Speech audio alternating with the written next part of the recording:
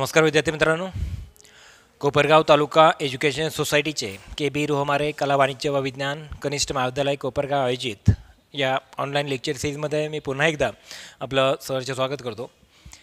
सहकार विषयातील 5वं प्रकरण या ठिकाणी आपण अभ्यासत होतो। या सहकार विषयातील 5वं प्रकरण आपण अभ्यासलं की सहकारी पतपुरवठा संस्था। या सहकारी पतपुरवठा संस्था यांचा अर्थ आणि व्याख्या, त्यासोबतच सहकारी पतपुरवठा संस्थेची वैशिष्ट्ये आणि कार्य ही आपण या ठिकाणी प्राधान्याने या प्रकरणामध्ये अभ्यासलेले आहेत। या प्रकरणाचा जो सारांश आहे तो आपण या ठिकाणी अभ्यासतो आहोत।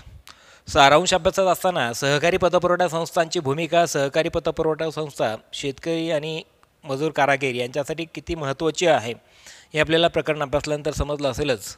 तर देखील पुन्हा एकदा आपण या सर्व गोष्टींवरती थोडंसं हायलाईट करतो की यासाठी की ज्या माध्यमातून हे प्रकरण आपल्याला अधिक चांगल्या पद्धतीने समजू शकणार आहे।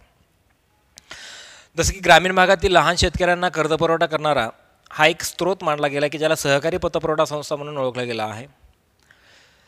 ब्रिटिश कालावधीमध्ये सावकारांकडून शेतकरी वर्गाची त्या ठिकाणी आर्थिक बाबतीमध्ये पिळवणूक केली जात होती आणि त्यावरती उपाय म्हणून या सहकारी पतपुरवठा संस्था त्या ठिकाणी उदयास आलेल्या आहेत। वाजवी व्याज दराने त्या ठिकाणी कर्जपुरवठा करणाऱ्या या सहकारी पतपुरवठा संस्था निश्चितच शेतकऱ्यांना वरदान ठरलेल्या आहेत। शेतकऱ्यांना आपल्या आर्थिक अडचणींना सामोरं जावं लागत होतं आणि या आर्थिक अडचणींना एक न्याय देण्याकरिता किंवा आर्थिक अडचणी कमी करण्याकरिता या सहकारी पतपुरवठा संस्थांची भूमिका ही महत्त्वाची त्या ठिकाणी ठरलेली आहे। सहकारी पतपुरवठा संस्था जर विचारात घेतली आपण तर ग्रामीण भागातील लहान शेतकऱ्यांना योग्य व वाजवी व्याजदराने कर्ज पुरवठा करणारी सहकारी पतपुरवठा किंवा सहकारी तत्त्वावर कार्य करणारी संस्था म्हणजे सहकारी पतपुरवठा संस्था होय। याचा अर्थ किंवा हा अर्थ आपण या ठिकाणी लक्षात घेतला। त्याच अनुषंगाने मर्यादित साधन सामग्री असणाऱ्या लहान शेतकऱ्यांजवळील उपलब्ध तारण स्वीकारून आणि त्यांच्या सोयीस्कर अटींवर बँकिंग व्यवहार करणारी संस्था म्हणजे पतपुरवठा संस्था होय।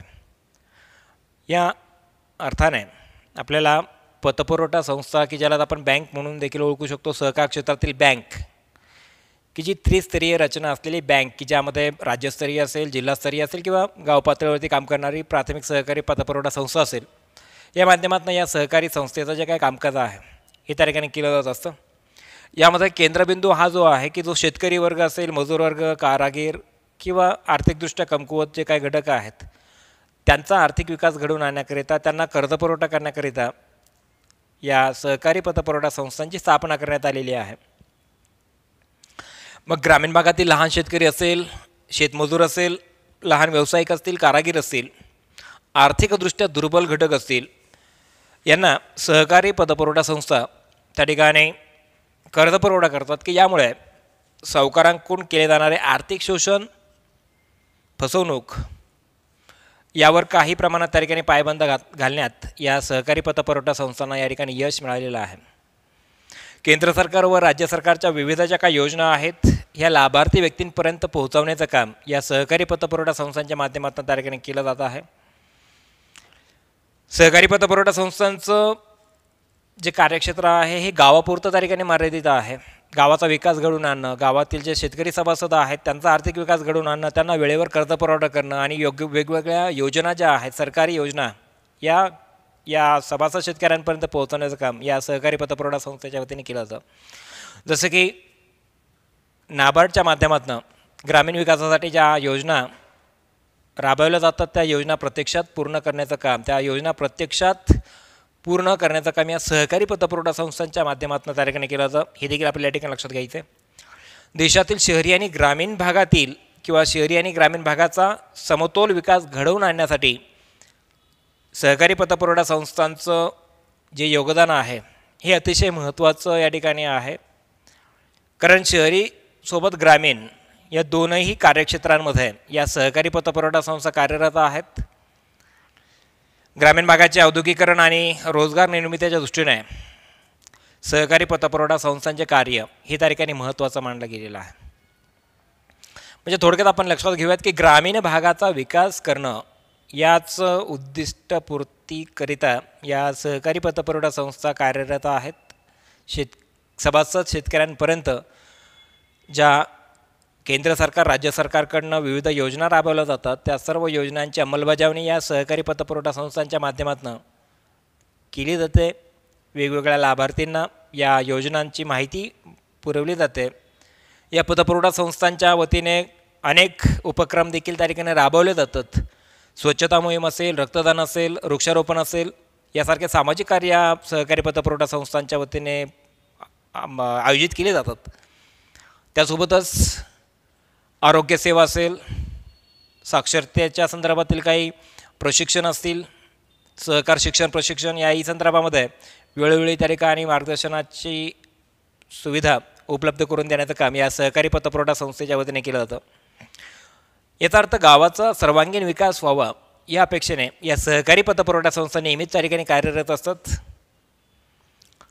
या सहकारी पतपुरवठा संस्थेची जी वैशिष्ट्ये आहेत ती आपण या ठिकाणी अभ्यासलेली आहेत. यापूर्वी सहकारी संस्थेची जर आपण वैशिष्ट्य बघितलीत की यामध्ये खुले व ऐच्छिक सभासदत्व प्राप्त करता येतं. कुठलीही व्यक्ती, गावातील व्यक्ती की जी या सहकारी पतपुरवठा संस्थेमध्ये सभासदत्व त्या ठिकाणी स्वीकारू शकते किंवा स्वेच्छेने सभासदत्व स्वीकारायचं की नाही या प्रकारचा जो निर्णय आहे तो घेण्यास या सहकारी पतपुरवठा संस्था पूर्णतः मुभा या सभासद शेतकऱ्यांना त्या ठिकाणी देतात.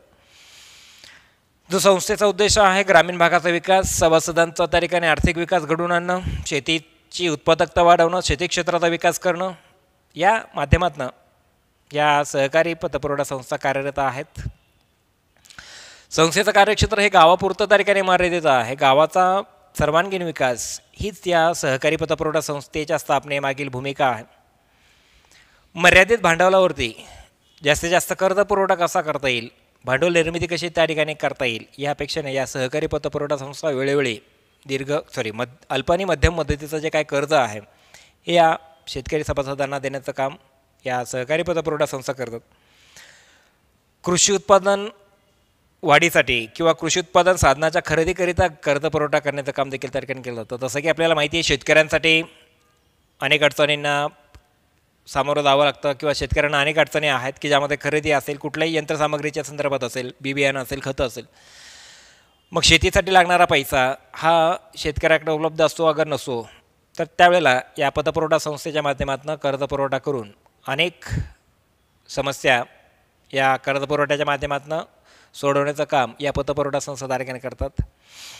त्यासोबतच जिल्हा मध्यवर्ती सहकारी बँकांची संलग्न असल्याकारणाने म्हणजे प्राथमिक सहकारी बँक आपण जी काय म्हणूयात की जे गाव पातळीवरती काम करते, मग या बँकेकडनं जिल्हा मध्यवर्ती सहकारी बँकेच्या मार्गदर्शनाखाली ही प्राथमिक सहकारी बँक काम करते. त्यामुळे जिल्हा मध्यवर्ती बँकेच्या ज्या काय मार्गदर्शक सूचना आहेत त्या अनुषंगाने या ग्रामीण भागामध्ये मग ते कर्ज वितरणाच्या बाबतीमध्ये असेल, कर्ज वसुलीच्या बाबतीमध्ये असेल किंवा विविध योजनांची माहिती सभासदांपर्यंत पोहोचण्याच्या बाबतीमध्ये असेल, या सर्व किंवा या सर्व गोष्टींच्या बाबतीमध्ये जिल्हा मध्यवर्ती बँकेच्या ज्या मार्गदर्शक सूचना आहेत त्या सर्व मार्गदर्शक सूचनांचं पालन या सहकारी पतपुरवठा संस्थेच्या माध्यमातून केलं जातं. प्राथमिक सहकारी पतपुरवठा संस्था या सर्व कायद्याच्या चौकटीत राहून त्या ठिकाणी काम करत असतात. त्यासोबतच पुढचं पण वैशिष्ट्य अभ्यासलं होतं की ग्रामीण पतपुरवठा रचनेमध्ये महत्त्वाचं स्थान आहे की ग्रामीण पतपुरवठा यामध्ये सहकारी पतपुरवठा संस्था की जी प्राथमिक सहकारी पतपुरवठा संस्था म्हणून काम करते, अतिशय शेवटच्या व्यक्तीपर्यंत कर्ज पुरवठा किंवा आर्थिक मदतीचा हात या सहकारी पतपुरवठा संस्थेच्या माध्यमातून त्या ठिकाणी शक्य झालेला आहे. नाबार्डच्या माध्यमातून, केंद्र सरकारच्या माध्यमातून ज्या विविध योजना आहेत ह्या शेवटच्या लाभार्थ्यापर्यंत योग्य पद्धतीने पोहोचतील आणि लाभार्थी त्याचा लाभ घेऊ शकेल ह्याच अपेक्षेने या प्राथमिक सहकारी पतपुरवठा संस्था योग्य पद्धतीने कार्य करत आहेत. तारणावर कर्ज पुरवठा त्या ठिकाणी केला जातो. सभासद शेतकऱ्यांकडनं जे तारण असेल ते स्वीकारून त्या प्रमाणामध्ये कर्ज पुरवठा करण्याचं काम या सहकारी पतपुरवठा संस्थांकडनं त्या ठिकाणी केलं जातं. आणि जे कर्ज सभासद शेतकऱ्यांना दिलं गेलं आहे त्याचा योग्य पद्धतीने वापर होतो आहे अगर नाही याची देखील शहानिशा करण्याचं काम या सहकारी पतपुरवठा संस्थांच्या माध्यमातून केलं जातं. आणि त्यामुळे मर्यादित भांडवल निर्मिती असल्याकारणाने मर्यादित कर्ज पुरवठा देखील त्या ठिकाणी केला जातो. म्हणजे सभासदांकडनं जर जास्तीची कर्ज मागणी जर केली गेली असेल तर त्यांच्या मागणीप्रमाणे कर्ज पुरवठा न करता सहकारी पतपुरवठा संस्थेच्या उपलब्ध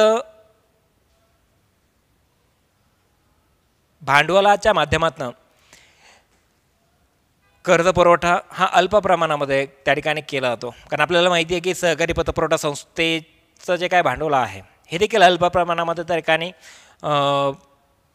गोळा होत असतं, तयार होत असतं आणि त्या माध्यमातून त्या ठिकाणी जे सभासद शेतकरी आहेत ते देखील आर्थिकदृष्ट्या कमकुवत असल्या कारणाने त्यांच्याकडनं देखील मिळणारं जे काय भागभांडवल आहे ते देखील कमी प्रमाणात मिळतं आणि त्यामुळे निश्चितच अल्प आणि मध्यम मुदतीचं कर्ज पुरवठा करण्याचं काम या सहकारी पतपुरवठा संस्था नियमित तारखेने करत असतात. तर अशा पद्धतीने सहकारी पतपुरवठा संस्थेची वैशिष्ट्ये आपण या ठिकाणी अभ्यासलेली आहेत यापूर्वी. त्यानंतर सहकारी पतपुरवठा संस्थांची जी काही कार्य आहेत ती देखील आपण अभ्यासलेली आहेत, त्यावरती देखील आपण थोडक्यात नजर टाकतोय. त्यामध्ये नंबर फर्स्ट आहे की पहिलं आहे की ठेवी स्वीकारणं. बँका म्हटलं की ठेवी स्वीकारणं हे पहिलं काम आहे. ठेवीच्या माध्यमातून त्या ठिकाणी किंवा बचत त्या ठिकाणी करायला सभासदांना भाग पाडलं जातं. सभासदांनी बचत केली म्हणजे त्या ठिकाणी ते ऑटोमॅटिक ठेवी त्या ठिकाणी निर्माण होतील ह्यापेक्षाने सभासदांकडनं ठेवी स्वीकारल्या जातात, त्यावरती आकर्षक व्याज देखील दिलं जातं. त्यासोबत कर्ज पुरवठा करणं हे देखील काम त्या ठिकाणी सहकारी पतपुरवठा संस्थेला करावं लागतं की कर्ज पुरवठा केला की त्या ठिकाणी त्या माध्यमातून देखील व्याज आकारलं जातं. मग गरजू आर्थिकदृष्ट्या कमकुवत घटकांना कर्ज पुरवठा करून निश्चित आर्थिक अडचणींवरती मात करण्यामध्ये या सहकारी पतपुरवठा संस्था या सभासद शेतकऱ्यांना मदतीचा हात त्या ठिकाणी देत असतात. कर्जाच्या वापरावर नियंत्रण आणि कर्ज वसुली याही बाबतीमध्ये अनेक तरतुदींचं पालन करून सहकारी पतपुरवठा संस्था पतपुरवठा करण्याचं काम करतात. त्यासोबतच वाटप केलेलं जे काय कर्ज आहे त्याची वसुली देखील त्या ठिकाणी योग्य वेळेत व्हावी यासाठी देखील मार्गदर्शक सूचनांचं पालन या सहकारी पतपुरवठा संस्था करतात आणि वेळेतच कर्ज वसुली देखील त्या ठिकाणी करत असतात. भांडवल निर्मिती मोठ्या प्रमाणावर न होता कमी प्रमाणावर होते, कारण आपल्याला माहिती आहे की अल्प आणि कमकुवत आर्थिक क्षमता असलेले जे काही सभासद आहेत त्यांच्याकडनं कमी प्रमाणात भांडवल उपलब्ध होतं आणि निश्चित त्यामुळे भांडवलाची निर्मिती जी आहे अल्प प्रमाणात झाल्यामुळे अल्प भांडवलामध्येच कर्जपुरवठा या पतपुरवठा संस्थांच्या वतीने करण्यात येत असतो. शासकीय योजना ज्या आहेत त्यामध्ये या सहकारी पतपुरवठा संस्था आपला सहभाग त्या ठिकाणी नोंदवतात. त्यासोबतच आर्थिक सल्ला दिल्याने सभासद शेतकऱ्यांची उत्पादन वाढ असेल, त्याचबरोबर कर्ज फेड असेल हे देखील वेळेत त्या ठिकाणी त्यांना करणं शक्य होतं. आर्थिक बाजू भक्कम करण्याकरिता देखील या सहकारी पतपुरवठा संस्थेच्या वतीने सभासदांना आर्थिक सल्ले आर्थिक मार्गदर्शन देण्याचं काम या सहकारी पतपुरवठा संस्था करतात. त्याचबरोबर समाज कल्याणकारी ज्या काही उपक्रम आहेत, ज्या योजना आहेत त्यामध्ये देखील या सहकारी पतपुरवठा संस्था सहभागी होतात, ज्या माध्यमातून सामाजिक आणि आर्थिक कल्याण जोपासलं जाईल यापेक्षेने या सहकारी पतपुरवठा संस्था आपली भूमिका ही त्या ठिकाणी निभावत असत. लघु आणि कुटीर उद्योगांना सहाय्य त्या ठिकाणी केलं जातं. शेतीसोबतच लघु आणि कुटीर उद्योग यांचाही विकास व्हावा यापेक्षेने लघु आणि कुटीर उद्योगांनाही विकासाच्या दिशेने घेऊन जाण्यामध्ये या सहकारी पतपुरवठा संस्था यशस्वी ठरलेल्या आहेत. त्यासोबतच सहकार शिक्षण आणि प्रशिक्षणाच्या माध्यमातून देखील सहकाराचं जे महत्त्व आहे हे पटवून देण्याचं काम त्या ठिकाणी केलं होतं.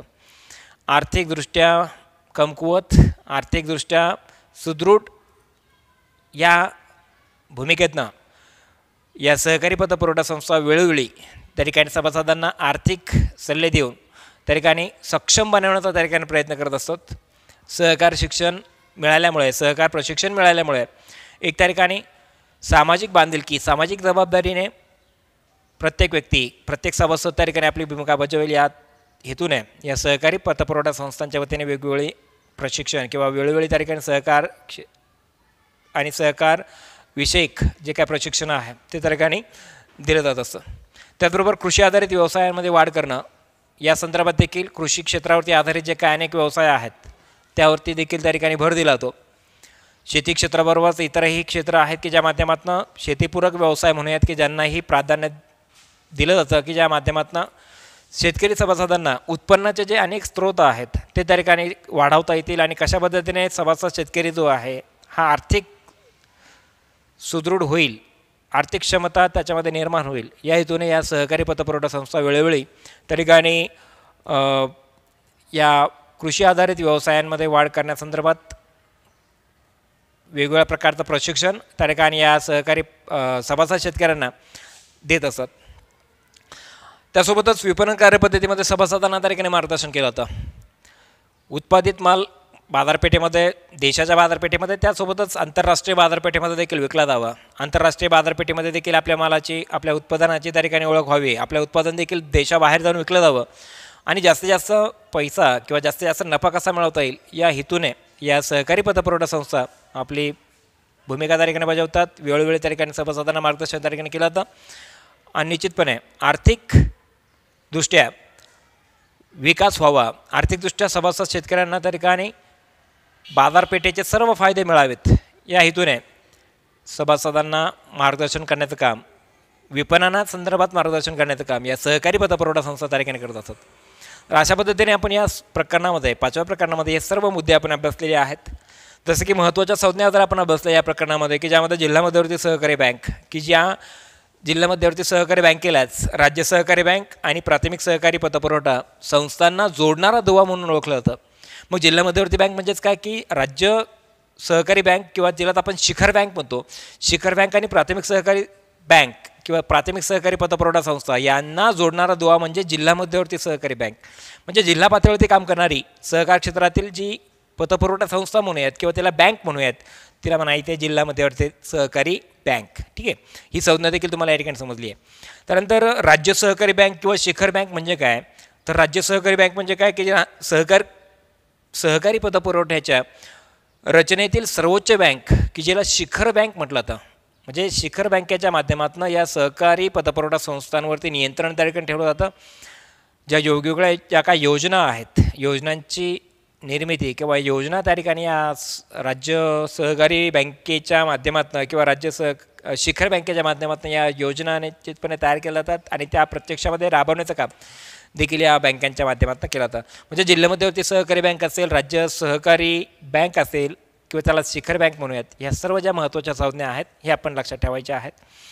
त्यासोबतच राष्ट्रीय कृषी आणि ग्रामीण विकास बँक, की ज्याला नाबार्ड म्हणून ओळखलं जातं, की या बँकेचा उद्देश हा आहे की ग्रामीण विकास हा त्या ठिकाणी कृषी विकास घडून यावा याकरिता या केंद्र सरकारच्या राष्ट्रीय पातळीवरती कृषी आणि ग्रामीण विकासास प्राधान्य देण्याकरिता किंवा कृषी आणि ग्रामीण विकासाकरिता कर्जपुरवठा करणारी जी काय बँक आहे, की ज्याला नाबार्ड म्हणून ओळखलं जातं. मग नाबार्डच्या माध्यमातून ग्रामीण कृषी आणि ग्रामीण विकास यांच्यावरती भर दिला जातो. ही योजना केंद्र सरकार म्हणजेच राष्ट्रीय पातळीवरती त्या ठिकाणी राबवली जाते. तर अशा वेगवेगळ्या ज्या काही संज्ञा आहेत त्या या प्रकरणाशी निगडीत होत्या, ते आपण या ठिकाणी लक्षात घेतलेत. आता यातील जो स्वाध्याय आहे, की स्वाध्यायामध्ये जर आपण काही महत्त्वाचे घटक जर अभ्यासलेत, प्रकरणातील जो काय स्वाध्याय आहे तोही आपण थोडक्यात या ठिकाणी अभ्यासणार आहोत, की या प्रकरणामध्ये आपण जे काही शिकलो आहोत त्यावरतीच आपण थोडंसं प्रकाश टाकतो आहे, त्यावरतीच आपण थोडंसं मागोवा घेतो की आपण या प्रकरणामध्ये काय शिकलो आहोत. ठीक आहे, जसं की खालील दिलेल्या पर्यायांपैकी योग्य पर्याय निवडून वाक्य पूर्ण करा व पुन्हा लिहा. या प्रकारचा जर प्रश्न विचारला, की यामध्ये पहिला प्रश्न असेल, प्राथमिक सहकारी पतपुरवठा संस्था बँकांशी संलग्न असतात. कुठल्या बँकांशी संलग्न असतात, की जिल्हा मध्यवर्ती सहकारी बँकांशी. म्हणजे आपण या ठिकाणी प्रश्न काय आहे, प्राथमिक सहकारी पतपुरवठा संस्था या कोणत्या बँकांशी संलग्न असतात, तर त्यामध्ये जिल्हा मध्यवर्ती सहकारी बँकांशी या प्राथमिक सहकारी पतपुरवठा संस्था काय असतात, संलग्न असतात. हे आपल्याला उत्तर त्या ठिकाणी अपेक्षित आहे. नंतर दुसरा जर प्रश्न आपण बघितला, की ब्रिटिश राजवटीमध्ये सहकारी पतपुरवठा संस्था कायदा हा त्या ठिकाणी संमत झाला, पण केव्हा संमत झाला, 1904 साली ब्रिटिश राजवटीमध्ये सहकारी पतपुरवठा संस्था कायदा संमत झाला. त्यानंतर तिसरा जो काही प्रश्न आहे, की प्राथमिक सहकारी पतपुरवठा संस्थांचे कार्यक्षेत्र हे मर्यादित असते. कशापुरते मर्यादित असते, गावापुरते. प्राथमिक सहकारी पतपुरवठा संस्थांचे कार्यक्षेत्र हे गावापुरते त्या ठिकाणी मर्यादित असतं. एक गाव एवढंच या सहकारी पतपुरवठा संस्थेचं कार्यक्षेत्र मानलं जातं. त्या गावाचाच आर्थिक विकास करण्यामध्ये या सहकारी पतपुरवठा संस्था कार्यरत असतात. पूर्वीच्या काळी ग्रामीण भागात कर्जपुरवठा करणारा हा एकमेव स्रोत होता की ज्याला आपण सावकार म्हणूयात. पूर्वीच्या काळी सावकाराच्या माध्यमातूनच फक्त कर्ज पुरवठा त्या ठिकाणी केला होता. हा एकमेव घटक त्या ठिकाणी होता. त्यानंतर सहकारी पतपुरवठा संस्थांमुळे सभासदांची मुक्तता झाली. कशापासून मुक्तता झाली? तर सभासदांची त्या ठिकाणी सावकारांपासून मुक्तता त्या ठिकाणी झाली. याची उत्तरं ही आपल्याला या ठिकाणी समजलेली आहेत. या प्रश्नांची जी काही उत्तरं आहेत ते आपण या अनुषंगाने लक्षात घेतली आहेत. त्यासोबतच आपण जर उपप्रश्न जर दुसरा बघितला की खालील विधानांसाठी एक शब्दसमूह लिहा या प्रकारचा जर प्रश्न आपल्याला विचारला तर आपण त्याचं उत्तर काय द्यायचं की गरजू व्यक्तींना कर्ज पुरवठा करणारी सहकारी संस्था. गरजू व्यक्तींना कर्ज पुरवठा करणारी सहकारी संस्था की जिला आपण काय म्हणायचं आहे की प्राथमिक सहकारी पतपुरवठा संस्था म्हणू शकतो किंवा सहकारी पतपुरवठा संस्था एवढंही म्हटलं तरी चालू शकेल. हे त्याचं उत्तर आहे. त्यानंतर दुसरा प्रश्न यामध्ये आपण उपप्रश्न दुसरा असेल की यामध्ये दुर्बल घटकांना वाजवी व्याजदरामध्ये कर्ज पुरवठा करणारी ग्रामीण भागातील सहकारी संस्था. म्हणजे दुर्बल घटकांना कर्ज पुरवठा करणारी ग्रामीण भागातील सहकारी संस्था की जिलाही आपण प्राथमिक सहकारी पतपुरवठा संस्था म्हणून उत्तर द्यायचं आहे किंवा सहकारी पतपुरवठा संस्था या माध्यमातून तुम्हाला उत्तरादाखल या प्रकारचे शब्द वापरायचे आहेत. काय? सहकारी पतपुरवठा संस्था. त्यानंतर तिसरा प्रश्न आहे की सावकारांच्या फसवणुकीपासून शेतकऱ्यांना मुक्त करणारी सहकारी संस्था. म्हणजे सावकारांच्या फसवणुकीपासून शेतकऱ्यांना मुक्त करणारी सहकारी संस्था की ज्याला आपण उत्तर एकच आहे सहकारी पतपुरवठा संस्था. हेच उत्तर तुम्हाला त्या ठिकाणी देणं अपेक्षित आहे. त्यासोबतच सहकारी पतपुरवठ्याच्या रचनेतील सर्वोच्च बँक. सहकारी पतपुरवठा रचनेतील सर्वोच्च बँक की जिला आपण शिखर बँक म्हणू शकता किंवा राज्य सहकारी बँक म्हणून देखील या बँकेला ओळखलं जातं. तर अशा पद्धतीने खालील विधानांसाठी एक शब्द किंवा शब्दसमूह सुचवा किंवा लिहा या प्रकारचा जो काय प्रश्न होता तो या पद्धतीने तुम्हाला पूर्ण करायचा आहे. खालील विधाने चुकीबरोबर हा पुढचा उपप्रश्न आहे की ज्यामध्ये नंबर 1 आहे की ग्रामीण भागात आजही शेतकऱ्यांना कर्ज पुरवठा करणारा सावकार हा एकमेव स्रोत आहे. तर सावकार हा आता या ठिकाणी राहिलेला नाही आहे.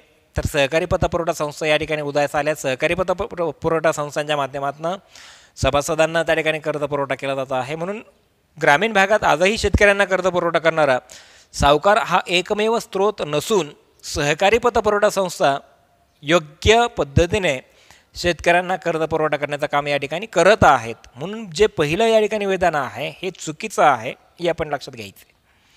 त्यानंतर दुसरं विधान आहे की सहकारी पतपुरवठा संस्था या आपल्या सभासदांना फक्त कर्ज पुरवठा करतात.